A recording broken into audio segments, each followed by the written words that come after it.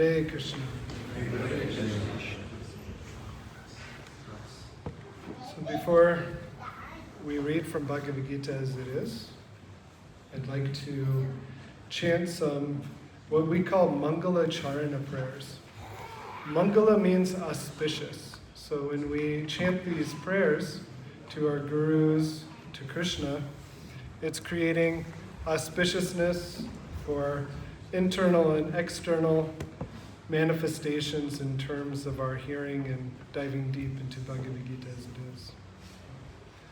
Om Ajnanatimirandasya Gananjana Shalakaya Chakshuranmilitam Yena Tasmai Shri Gurave Namaha Shri Chaitanya Manobishtam Stapitam Yena Bhutale Swayam Rupa Kadamayam Dadati Svapadantikam Vandeham Shri Guru Shri Yuta Padakamalam Shri Gurun Vaishnavanscha Shri Rupam Sagarajatam Sahagana Raghunatam Vitam Tam Sajivam Sadvaitam Savadutam Parijana Sahitam Krishna Chaitanya Devam Shri Radha Krishna Padan Sahagana Lalita Shri Vishakam Vitanscha Panchakalpa Drubhyascha Kripasindubhyevacha Patitanam Pavanebhyo Vaishnavebhyo Namo Namaha Jaya Shri Krishna Chaitanya Prabhu Nityananda Shri Advaita Gadadhar Shivasari Gaura Bhaktavinda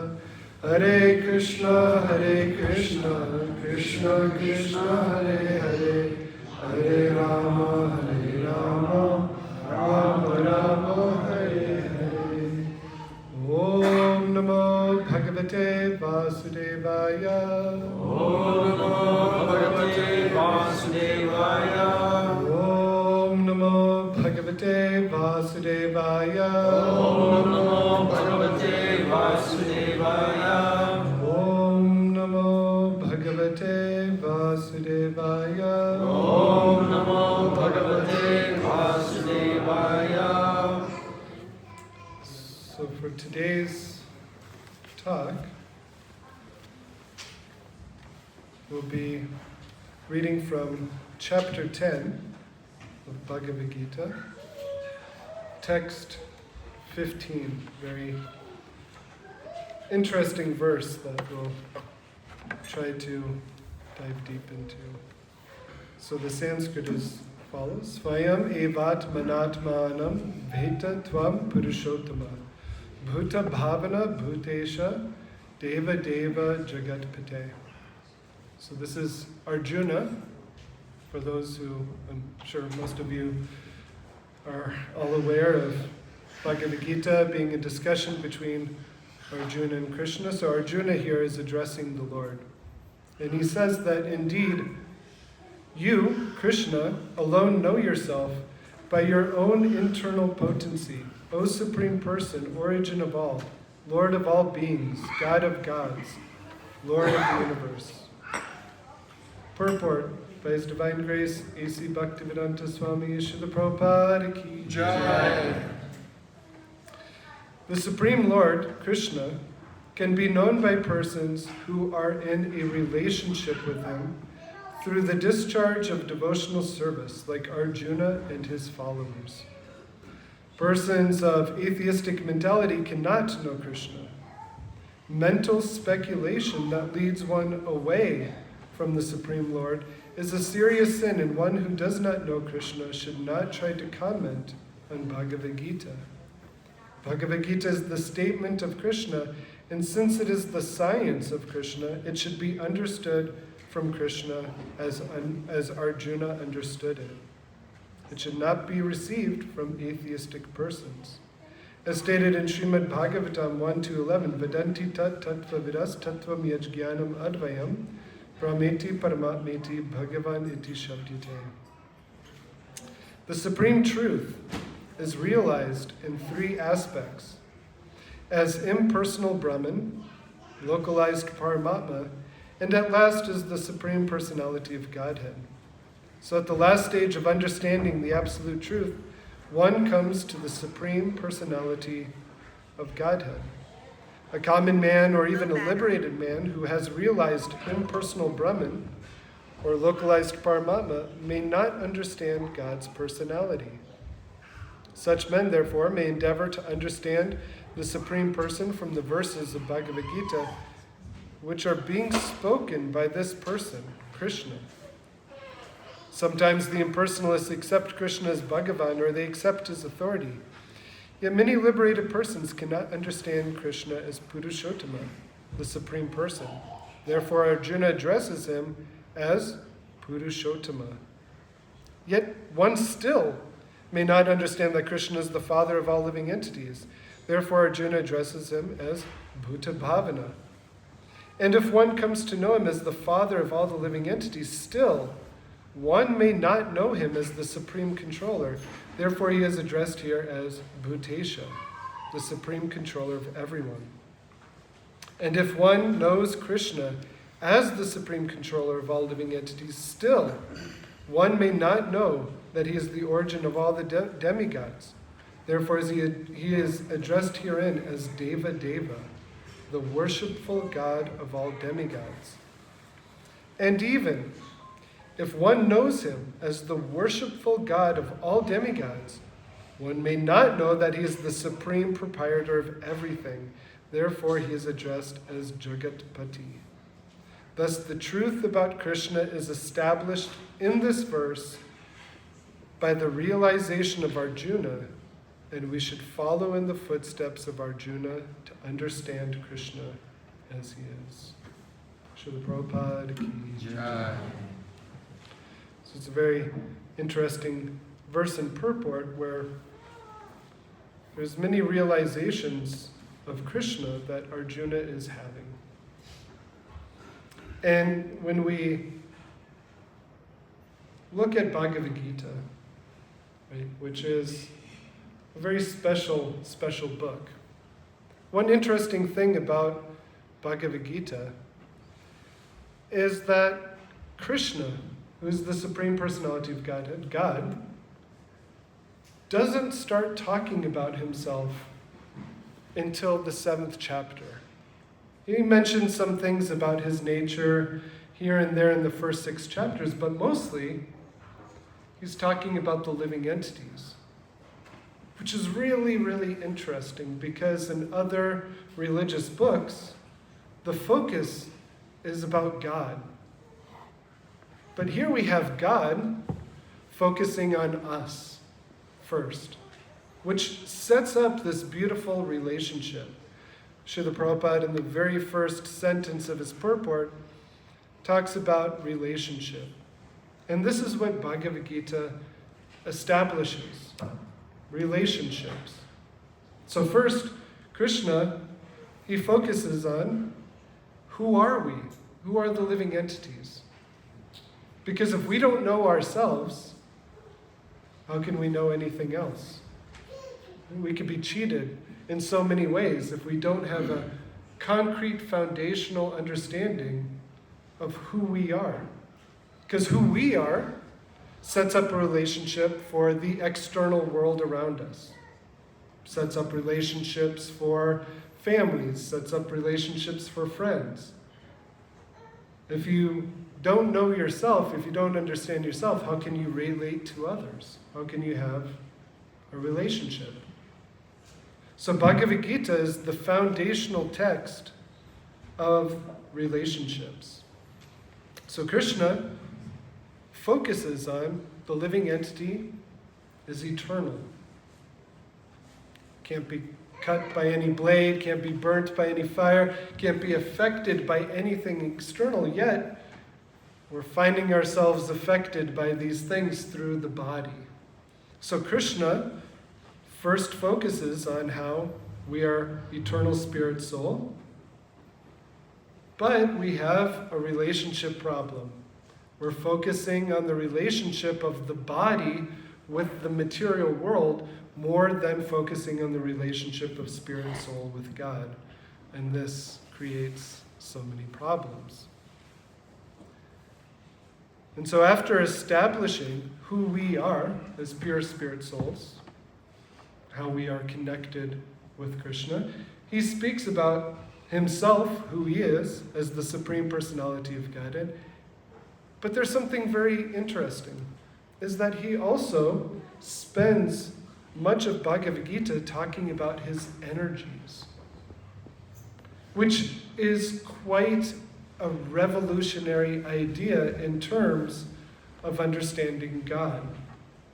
Because many times we just think there's God, and we don't dive into the various energies that he is associated with, that he has a relationship with.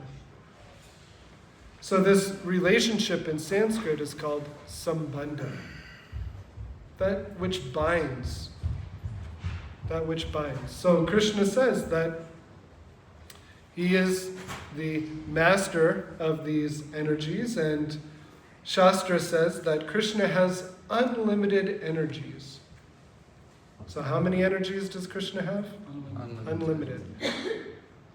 But the Shastra and the Acharyas are very kind to us, because unlimited is a very big number, right?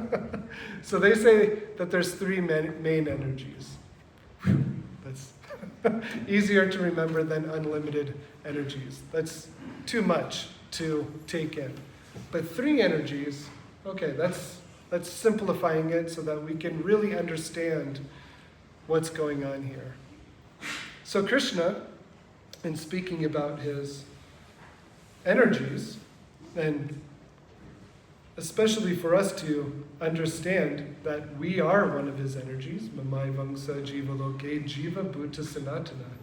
In Bhagavad Gita 15:7, Krishna says that the living entities are parts and parcels of me. So we are like the sparks and Krishna is like the fire. Anybody sit next to a fire and there's sparks flying off? We are those sparks. And Krishna explains that the living entities are a superior energy than to this material energy that we're interacting with. Yedam dharyate jagat. That this universe, right? What happens is that this matter around us, earth, water, fire, air, ether, it's manipulated by those who are a superior energy. So our relationship with this material world is that we're constantly looking at what I can use, what I can absorb and consume around me. That matter, it's for this body, it's for the pleasure of this body. When we think like this, Srila Prabhupada gives a beautiful example of the spark that comes off the fire falls on damp grass. And when a spark falls on damp grass, what happens? Extinguishes, right? It goes out. We lose that fiery nature. We lose that burning inside of that connection with Krishna. So this is what happens when we connect with the lower energy, the material energy. And we're just constantly absorbed in this anamaya. It's for my enjoyment. Mine meaning the body.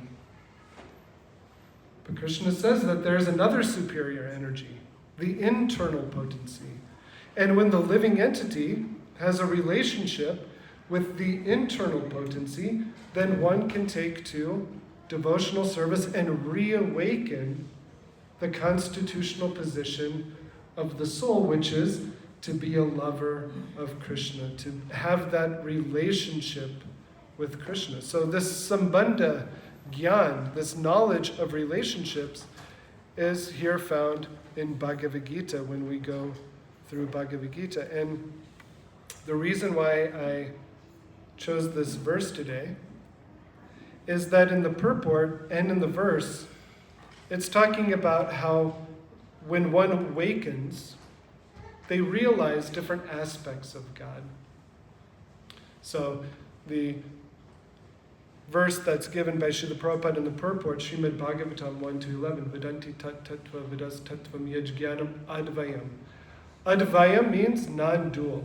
So the learned transcendentalists, they say that this non-dual substance, the absolute truth, is realized in three different ways. The first is the Brahman realization, second is Paramatma, and third is Bhagavan. And our teachers give a very, very simple, beautiful explanation of this that's very relevant for us who live next to the Rocky Mountains. Right? Some days, when you look towards the west and you look at the mountains, there's either smog, clouds, and you can barely see the mountains, right? It's just like looking at a fog sometimes. You can't even see the mountains there, even though we're right next to them, right? On a clear day, you're like, wow, the mountains are just right there. On cloudy days, it's, oh, the mountains, they're not even near us. So this is the Brahman realization, when you're not even able to see the mountains. You're just seeing a fog. There's no characteristics, no energies, no real relationship that you can have with that fog. And some people, they want to merge into that Brahman, that Brahma Jyoti of God. They want to experience transcendental bliss by becoming one with that fog. And then there's Paramatma realization, where the clouds, they disappear due to wind or whatever is happening in the environment, and you can see the mountains. And now you can have a relationship with the mountains to a certain degree. You at least see the outline, you see the different colors, and you might even feel like, oh, I want to go to the mountains and get out of the city and breathe some fresh air, cleanse my mind. And so it's a certain step up that in the beginning of spirituality, sometimes it's necessary to clear the mind of any material identification with God, because we can drag God down to being another being like us, or belittling his energies. But when you come to Paramatma realization, you realize, oh, I can actually have a realization. God is everywhere. God is in the heart of all living entities. God is in every atom. And there's a sense of a little bit of energy and personhood.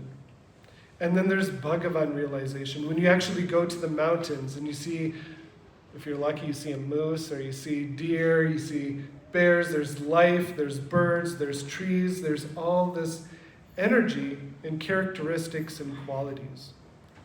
And so actually, Brahman, Paramatma, Bhagavan, it's all the same person. That's sometimes quite tricky to understand, that the Brahma Jyoti is the bodily effulgence of Krishna. Paramatma is localized aspect, and then when he's exhibiting and having a relationship in fullness with his energies, the living entities and so on, then he's in his full understanding. And so this purport in verse is hinting at how when one takes to bhakti yoga, which starts with chanting Hare Krishna, Krishna Krishna, Hare Hare, Hare Rama, Rama Rama, Hare Hare. We are having a connection with God, and we're purifying our perspective and our relationships. And Arjuna, he says something quite interesting. Swayam evat manatmanam. That you, Krishna, alone know yourself by your own internal potency. Now, that's a very deep statement that we might not catch it because it needs some context. Again, that internal potency, Krishna knowing himself.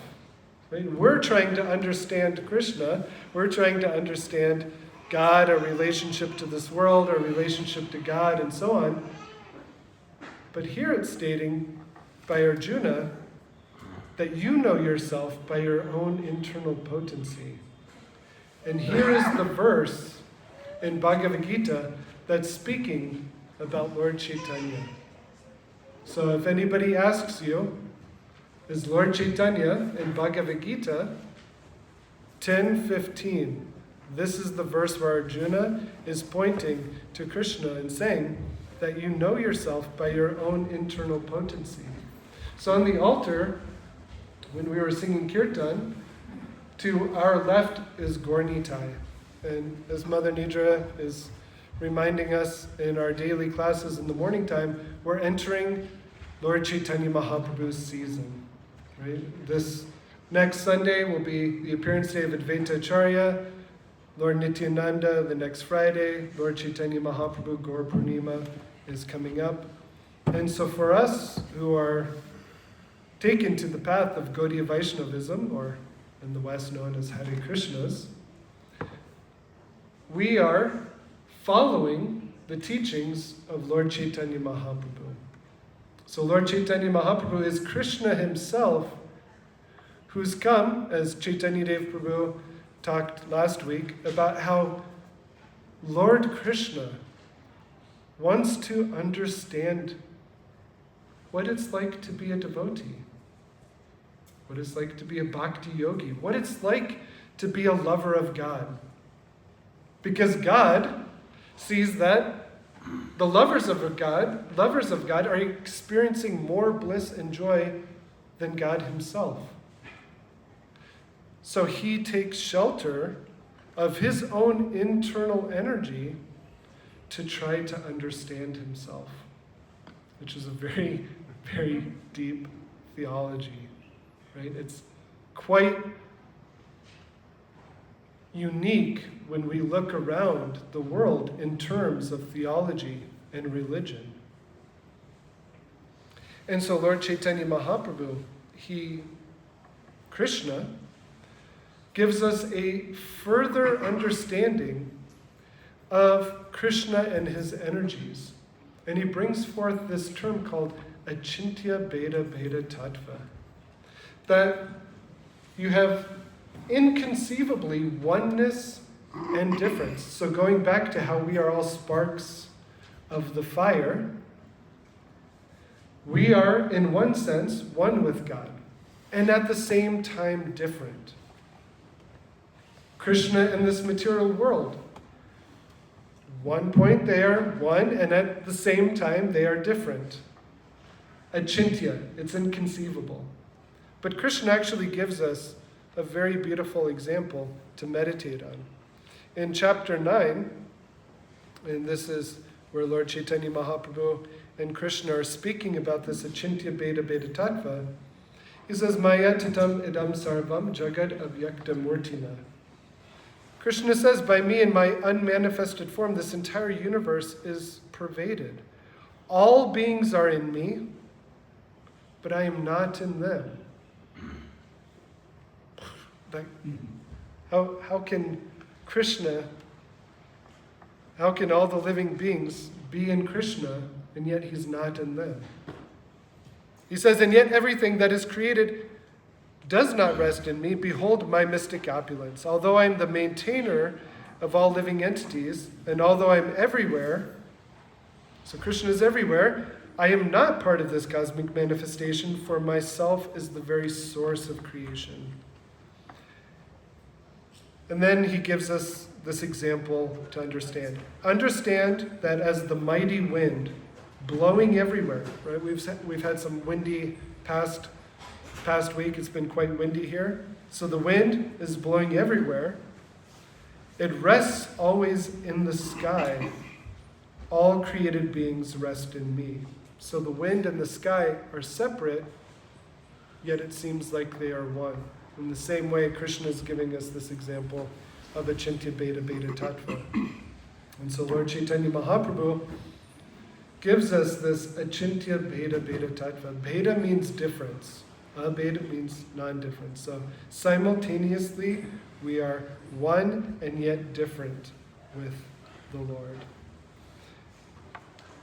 And Lord Chaitanya Mahaprabhu, who is Krishna himself, says, Krishna Varnam Trisha Krishnam Sangha Pangastra Parshadam Yagyar Sankirtan Prayer Yajanti Hi Sumedasaha. The Lord wants to make it easy. Just like there's unlimited energies, And the Lord has made it easy for us to think about 3. In the past, there were so many forms of sacrifice, what is called yajna. And there's still so much sacrifice going on today. But the Lord wants to make it easy for us living in this Kali Yuga, because we are filled with anxiety, stress, confusion, social unrest. This is happening, that's happening, and we're just immersed in an ocean of faults. Kaler dosha nidhe rajan. But Krishna comes as Lord Chaitanya to say, I'm going to show you how to be a devotee. Here's how to understand the relationships of the energies of God and Krishna himself. And all you have to do is chant Hare Krishna, Krishna Krishna, Hare Hare, Hare Rama, Rama Rama, Hare Hare. That's it. That's all we have to do is just chant that Maha Mantra, which invokes first Hare, the energy of the Lord Srimati Radharani, Krishna. That's all we have to do is just chant. Can't be that easy, right? But actually, this is the mercy of the Lord. Lord Chaitanya Mahaprabhu came to invoke the Sankirtan movement that actually cannot be compared to the other types of sacrifices. So, Lord Chaitanya Mahaprabhu, we'll get into it more as this coming month unravels, and there's special personalities that we'll speak about. But there's a special place called Navadvip. How many have been to Navadvip? Mayapur. Very special place. If you get a chance, go. There's the world's largest temple being built right now, called the Temple of the Vedic Planetarium, and TOVP, Temple of Vedic Planetarium. And it is beyond comprehension. When you're in front of this temple that's being built, it's really just mind-blowing. And there's thousands of devotees every day taking part in the Sankirtan movement of Lord Chaitanya. It's quite a place to go. So Lord Chaitanya Mahaprabhu had his pastimes there over 500 years ago. And you can go there and actually see these places where Lord Chaitanya Mahaprabhu was. And if you have the vision, you can still see him there to this day and see the Panchatattva. So Lord Chaitanya Mahaprabhu, he would go to a very special place called Srivas Angan, the house of Srivas Thakur. And the devotees with Lord Chaitanya, they would do what we all just did a little bit ago. They would chant the holy names, the Maha Mantra, playing mridanga, kartals, and they would have ecstatic symptoms from chanting the holy names. Right? So when Shastra speaks about chanting the holy names, there's something beautiful that happens to the heart. Cheto darpana marjanam. We're cleansed of our interactions with matter so that we're able to have the holy name enter the heart and have it really affect our consciousness in ways that sometimes we might cry, shiver in ecstasy, and so on. But Lord Chaitanya didn't want to make a show of this ecstasy. He wanted to keep it as it should be kept. Something divine, something sacred. And so he would go to the house of Srivas Thakur, and they would all dance in ecstasy together. And many people were not able to see that dancing or that chanting, and they became very frustrated. They started sometimes even blaspheming and cursing the devotees, that how can the devotees keep us from seeing the dancing of Lord Chaitanya? Imagine the dancing of God. Right? Nietzsche, he actually said that he only believes in a God who dances. So Lord Chaitanya Mahaprabhu came to give Nietzsche some God to believe in. And Lord Chaitanya Mahaprabhu dancing, everybody really wanted to see the Lord. Sometimes people would try to sneak into the house of Srivas Thakur, which are some very beautiful pastimes. We won't go into that now. But we'll go into how the Lord, he saw that people wanted to experience this chanting. And so he would start gathering the residents of Navadvip, and he said that you should chant the Maha Mantra a fixed number of times. This is called japa. So some of us, we chant with beads, a certain number of holy names a day, and it's more of a private worship of the holy names. And then he said you should perform Sankirtan. Kirtan means glorification of the Lord, and San means when there's a group, when everybody's together. He said even if there's 4 or 5 people, you should just clap your hands and just start singing. Hare Krishna, Krishna Krishna, Hare Hare, Hare Rama, Rama Rama, Hare Hare. And in this way, everybody started taking to the Sankirtan mission of Lord Chaitanya and experiencing what Lord Chaitanya Mahaprabhu himself was experiencing. They were experiencing love of God, which is the real fruit of the chanting. The chanting of Hare Krishna, sometimes it might be said, yeah, it'll give peace of mind, it'll stop suffering, but the real fruit of chanting is that love of Krishna. And so the whole area of Navadvip became transformed, and you could hear nothing but the chanting of the holy names. Now here comes the big problem. In this world, we're often fought and fraught with sectarianism, fanaticism, misunderstandings, dualities. And so there was a personality named Chand Kazi, who was like the governor. He's a person who's connected to the king, and he's supposed to see that everything is going on. And at that time, this personality, Chand Kazi, he was very sectarian in mind. And he couldn't understand, why are these Hindus chanting these names of Krishna? Why are they loudly chanting? This is a disturbance to the province. I need to stop what's going on. Right? There's a lot of social unrest right now, protests, so many things going on, and we see that this just keeps going on. This is history, right? That all of these things just keeps going on and on and on when we look back at history. It's always been about social unrest, revolutions, and so on. And so even here, the Chand Kazi, due to his religious intolerance, his sectarianism, he started going and beating devotees who were chanting the holy names. They would take the mridanga that's made of clay and smash it. And everybody became afraid of chanting the holy names, which is quite interesting because here we're chanting the holy names, nobody's knocking down the door telling us to stop.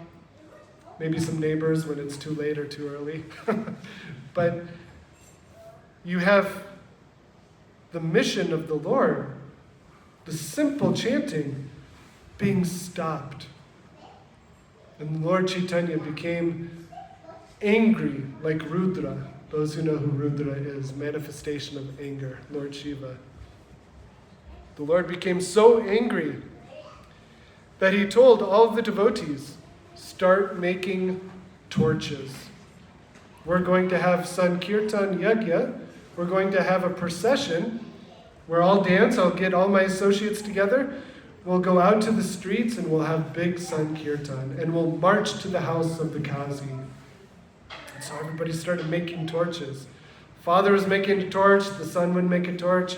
Soon there was millions of torches. And there were so many people that came to the home of Lord Chaitanya waiting. This is our time. We're going to see Lord Chaitanya dance, kirtan, in the streets. It's going to be amazing. And so nighttime fell, but there were so many torches that it seemed like it was daytime. That's how many torches there were. And they started marching to the house of Chand Kazi and Lord Chaitanya. and his associates like Advaitacharya, Lord Nityananda, dancing, performing kirtan, and the devotees looking at the beauty of Lord Chaitanya, who had like a lion-like chest, lion-like arms, lion-like voice. He would dance gracefully. Sometimes he would fall down. Lord Nityananda would pick him up. He had a beautiful garland. Stated his hair was decorated with jasmine. And all the devotees were chanting beautifully. Stated the women, they were performing something called Ulu Dwani. Anybody know Ulu Dwani? Do we have Bengali women here? Yes, Ulu. This is actually, when we were in Mayapur, right before the deity curtains would open, there were so many women doing this Ulu Dwani, you couldn't even hear the conch shell. But this Ulu Dwani, it's actually transcendental. So when women make this Ulu Dwani, it's very auspicious, transcendental, pleasing. And so the women were doing this Ulu Dwani, devotees were chanting. Some people, they were jumping so high and then crashing to the ground. Others, they would chant the name Kazi Kazi while they would punch the ground in anger of the Kazi, stopping the kirtan.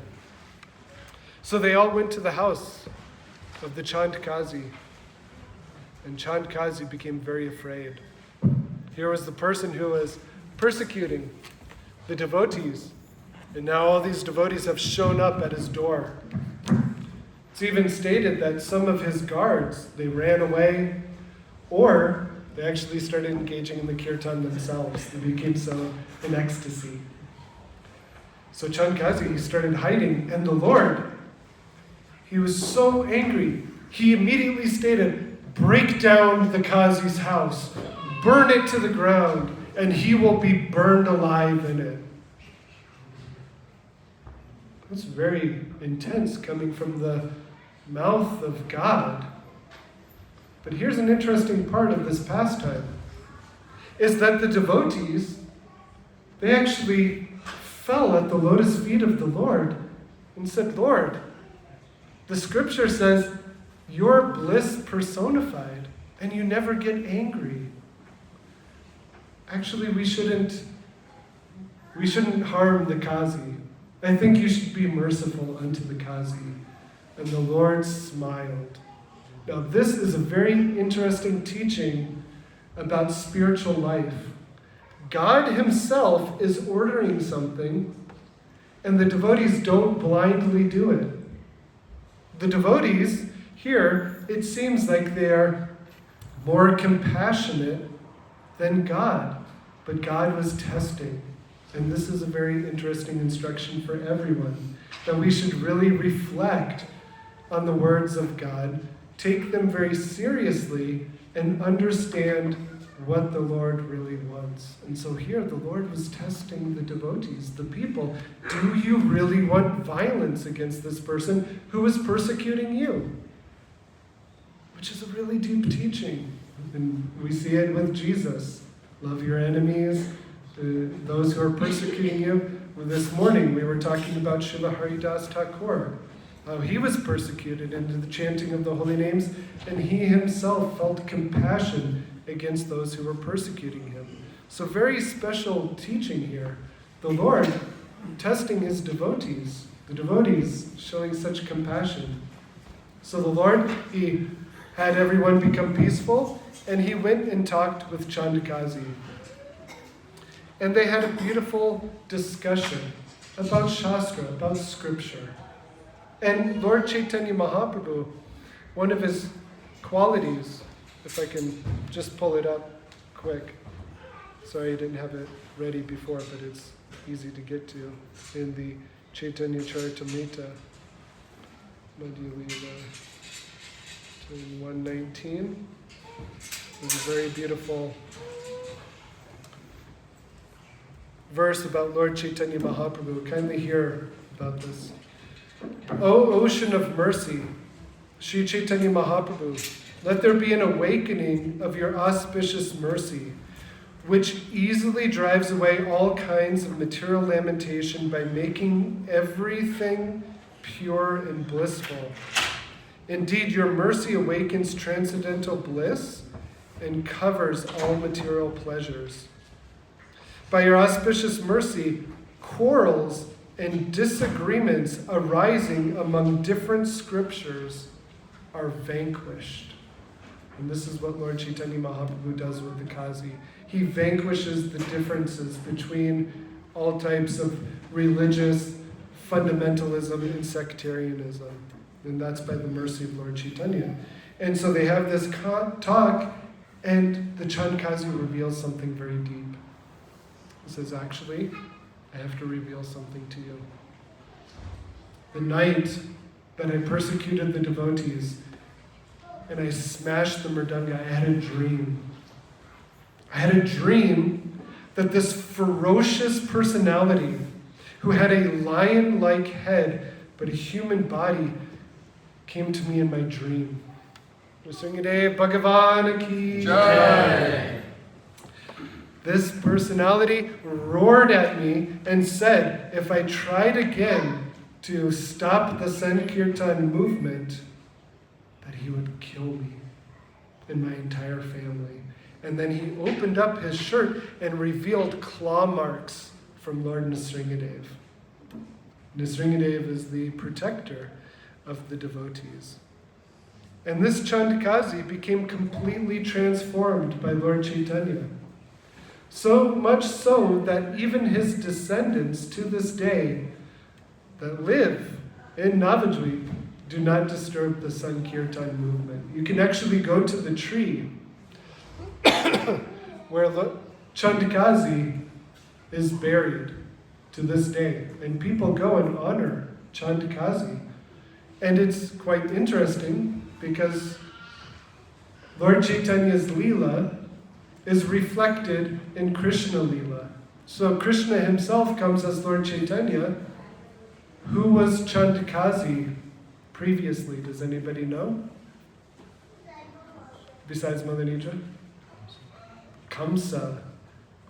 Kamsa, who we see here, Krishna persecuting, who was trying to stop Krishna from being born, came as Chand Kazi. So in the same way Kamsa was trying to stop Krishna, Chand Kazi was trying to stop Lord Chaitanya Mahaprabhu. So Kamsa and Lord Chaitanya's Leela becomes a pure devotee. And so it's quite deep, this season of Panchatattva, 5 truths, Lord Chaitanya Mahaprabhu, but to give a little taste and how Bhagavad Gita actually speaks about Lord Chaitanya Mahaprabhu. Again, the Lord wanting to know himself through his internal potency. And Srila Prabhupada is the representative of Lord Chaitanya. We offer our prayers to Srila Prabhupada. Namaste Saraswati Deve Gauravani Pracharine Nirvashesha Shunyavadi Paschatya Deshatarine. That our Srila Prabhupada has come to spread Gauravani, the words, the teachings of Lord Chaitanya, Pracharine. He's preaching, he's sharing the teachings of Lord Chaitanya Mahaprabhu all over the world.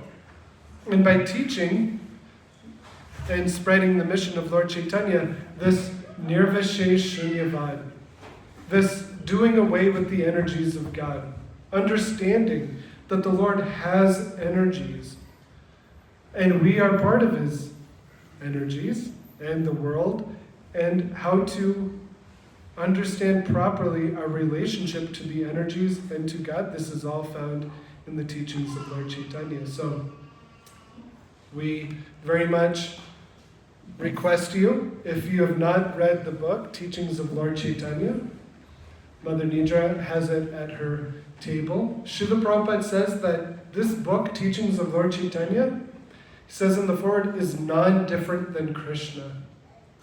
So if you get this book, Teachings of Lord Chaitanya, you're getting Krishna in book form. Krishna has come in this book form, his avatar, Teachings of Lord Chaitanya, and we can dive deeper into the chanting of the holy names Hare Krishna, Krishna Krishna, Hare Hare, Hare Rama, Rama Rama, Hare Hare. And just to make a little addendum, that the revolution, or the Sankirtan, civil disobedience of Lord Chaitanya Mahaprabhu, it's nothing of this material world.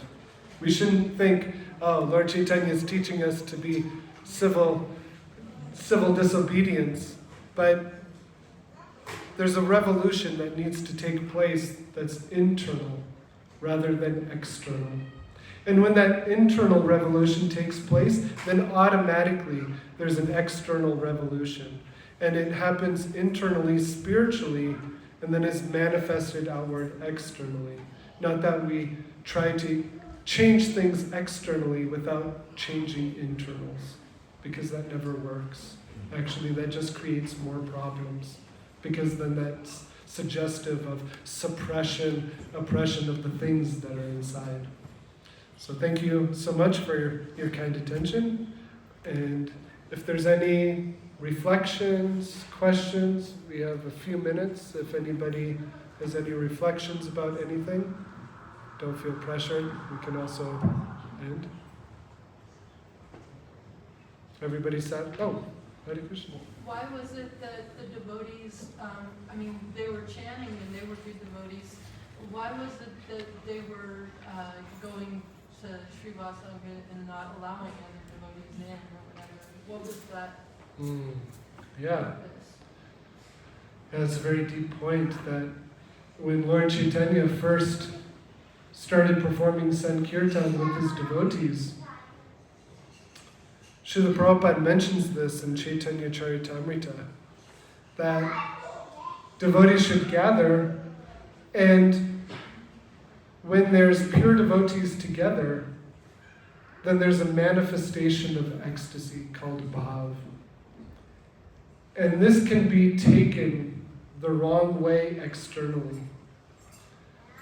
If somebody is showing off, maybe, that, oh, just see how great a lover of God I am, I'm crying, they might be doing it for the wrong reasons. Srila Prabhupada and our acharyas talk against this type of pretension. Right? We want to serve the holy name. We want to connect to the holy name in a pure way. And sometimes we see Srila Prabhupada, sometimes he would chant, and his voice would choke up and he would just start crying. But he himself had to hold back these ecstasies because others might try to imitate it. So Lord Chaitanya Mahaprabhu, in the beginning, did not want anybody to try to externally imitate what Lord Chaitanya and his associates were doing. They were dancing and crying and exhibiting ecstasy. We read how Lord Chaitanya Mahaprabhu, it was like he was crying floods of tears. But then we also hear how sometimes he would exhibit ecstasy in such a way that is humanly impossible. His hairs would stand on end in such a way that it looked like spikes all over his body. And so what happens is, in Chaitanya's pastimes, there are people who try to imitate Haridas Thakur, these personalities, to make a show so that they can get, oh, I want wealth, I want fame, I want recognition. And so in the beginning, Lord Chaitanya Mahaprabhu didn't want this happening, and he wanted to give a qualification of what it means to enter into the dancing and chanting of the holy names. And then he brought it externally so that he was going around afterwards. So there's that teaching in the beginning, which then allows the outward manifestation of Sankirtan to go forward. Is that okay? Would you like to add to that? No, I just wanted. Okay. All right. Any other reflections, questions? Or everyone's satisfied, you can say Hare Krishna. Hare Krishna. Vanchakalpatarubhyascha kripa sindhubhya Srila Prabhupada